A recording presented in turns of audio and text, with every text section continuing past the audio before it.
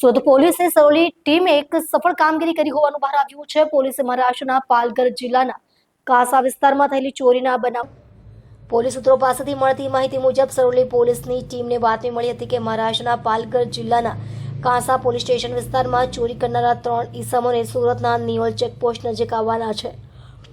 આ બાતમીના આધારે પોલીસની ટીમે તાબડતોબ કાર્યવાહી કરતા શંકાસ્પદ શખ્સોને ઝડપી પાડ્યા. ઝડપાયેલા ઈસમોની ઓળખ દિલખુશ ઉર્ફે દિલ્લુ બાંછડા, અંકિત ગોદાવત અને રાજેશ માલવી તરીકે થઈ છે. પોલીસે તેમની પાસેથી ચોરી કરેલો મુદ્દામાલ જપ્ત કર્યો છે. કબજે કરવામાં આવેલ મુદ્દામાલમાં 78.57 ગ્રામ સોનું અને 1052.49 ગ્રામ ચાંદીના દાગીનાનો સમાવેશ થાય છે.